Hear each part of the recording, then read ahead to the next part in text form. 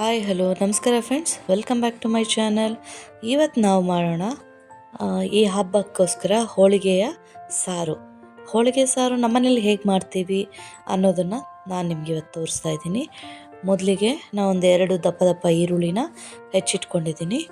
ಒಂದು ಬಾಣಲೆ ಇಟ್ಕೊಂಡು ಅದಕ್ಕೆ ಸ್ವಲ್ಪ ಎಣ್ಣೆ ಹಾಕ್ಕೊಂಡು 1-2 ಸ್ಪೂನಷ್ಟು ಎಣ್ಣೆ ಹಾಕ್ಕೊಂಡು ಅದಕ್ಕೆ ಈರುಳ್ಳಿ, ಸ್ವಲ್ಪ ಜೀರಿಗೆ, ಮೆಣಸು, 4 ಕಾಳು, ಹಾಗೆ ಒಂದು ಅರ್ಧ ಇಂಚು ಚಕ್ಕೆ, 3 ಲವಂಗ, ಮತ್ತು ಒಂದು 2 ಕಡ್ಡಿಯಷ್ಟು ಕರಿಬೇವು, 7-8 ಹೆಸರು ಬೆಳ್ಳುಳ್ಳಿ ಇಷ್ಟು ಹಾಕ್ಕೊಂಡು ಚೆನ್ನಾಗಿ ಫ್ರೈ ಮಾಡಬೇಕು.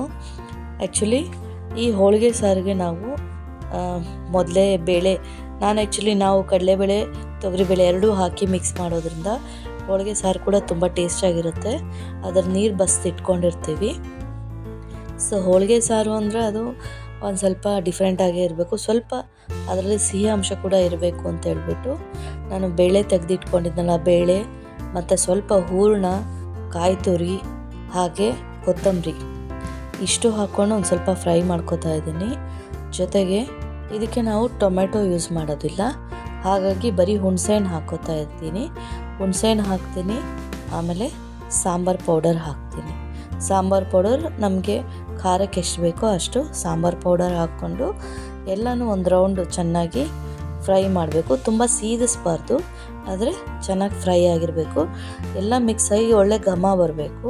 ಆ ಥರ ಬಂದಮೇಲೆ ಸ್ವಲ್ಪ ಹೂರಣ ಕೂಡ ಮಿಕ್ಸ್ ಮಾಡಿಕೊಂಡು ಮಿಕ್ಸಿಯಲ್ಲಿ ಚೆನ್ನಾಗಿ ನುಣ್ಣಗೆ ರುಬ್ಬಿಟ್ಕೋಬೇಕು. ಅಷ್ಟರಲ್ಲಿ ಈ ಕಡೆ ನಾವು ಈ ಬೇಳೆ ಬೇಯಿಸಿದ ಕಟ್ಟನ್ನು ತೆಗೆದಿಟ್ಟಿದ್ದೀವಲ್ಲ, ಅದನ್ನು ಚೆನ್ನಾಗಿ ಕುದಿಸೋಕ್ಕೆ ಇಟ್ಟಿರಬೇಕು. ಕುದೀತಾ ಇರೋ ಕಟ್ಟಿಗೆ ಈ ರುಬ್ಬಿರೋಂತಹ ಮಸಾಲೆ ಹಾಕ್ಕೊಂಡು ಚೆನ್ನಾಗಿ ರುಚಿಗೆ ತಕ್ಕಷ್ಟು ಉಪ್ಪು ಹಾಕ್ಕೊಂಡು, ಏನಾದರೂ ಹೆಚ್ಚು ಕಮ್ಮಿ ಇದ್ದರೆ ಅಡ್ಜಸ್ಟ್ ಮಾಡಿ ನೋಡ್ಕೊಳ್ಳಿ. ಜೊತೆಗೆ ಒಂದು ಸ್ವಲ್ಪ ಹಸಿ ಕರಿಬೇವನ್ನ ಹಾಗೆ ಹಾಕಬೇಕು ಬೇಯೋದಕ್ಕೆ.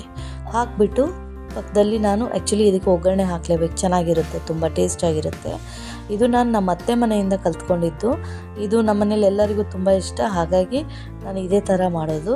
ನೀವು ಯಾವ ಥರ ಮಾಡ್ತೀರಂತ ಕಮೆಂಟ್ ಮಾಡಿ ತಿಳಿಸಿ.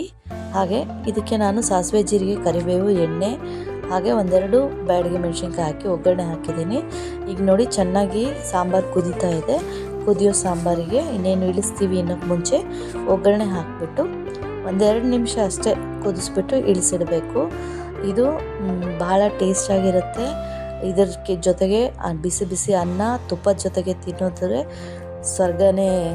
ಸ್ವರ್ಗಕ್ಕೆ 3 ಗೇಣು ಅಂತಾರಲ್ಲ, ಆ ಥರ ತುಂಬ ರುಚಿಯಾಗಿರುತ್ತೆ. ನೀವು ಮಾಡಿ, ಟ್ರೈ ಮಾಡಿ, ಹೇಗಿದೆ ಅಂತ ಕಮೆಂಟ್ ಮಾಡಿ. ಯಾರೆಲ್ಲ ನನ್ನ ಚಾನಲ್ಗೆ ಸಪೋರ್ಟ್ ಮಾಡ್ತಾ ಇದ್ದೀರಾ ನಿಮ್ಮೆಲ್ಲರಿಗೂ ತುಂಬ ಧನ್ಯವಾದಗಳು. ಮತ್ತು ಎಲ್ಲರಿಗೂ ಹಬ್ಬದ ಶುಭಾಶಯಗಳು.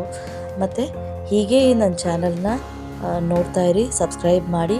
ಯಾರೆಲ್ಲ ಸಬ್ಸ್ಕ್ರೈಬ್ ಮಾಡಿಲ್ಲ ಪ್ಲೀಸ್ ಸಬ್ಸ್ಕ್ರೈಬ್ ಮಾಡಿ ನೋಡಿ ಮತ್ತು ಹರಿಸಿ. Thanks for watching. Thank you.